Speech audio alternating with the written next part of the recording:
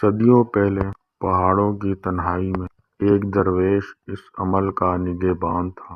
لوگ کہتے تھے کہ اس کے سامنے سے دشمن کی فوجیں گزرتی، لیکن وہ کسی کو دکھائی نہیں دیتا تھا۔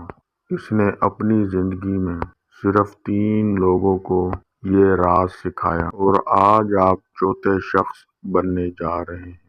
یہ عمل دنیا کی نظروں سے پوشیدہ رکھا گیا ہے، کیونکہ یہ طاقت انسان کو بے حد خطرناک بنا دیتی ہے، مگر جو لوگ اس پر عبور حاصل کر لیتے ہیں وہ جب بھی چاہیں، جس وقت بھی چاہیں ہجوم میں غائب ہو سکتے ہیں، اور جہاں چاہیں جب چاہیں ظاہر ہو سکتے ہیں۔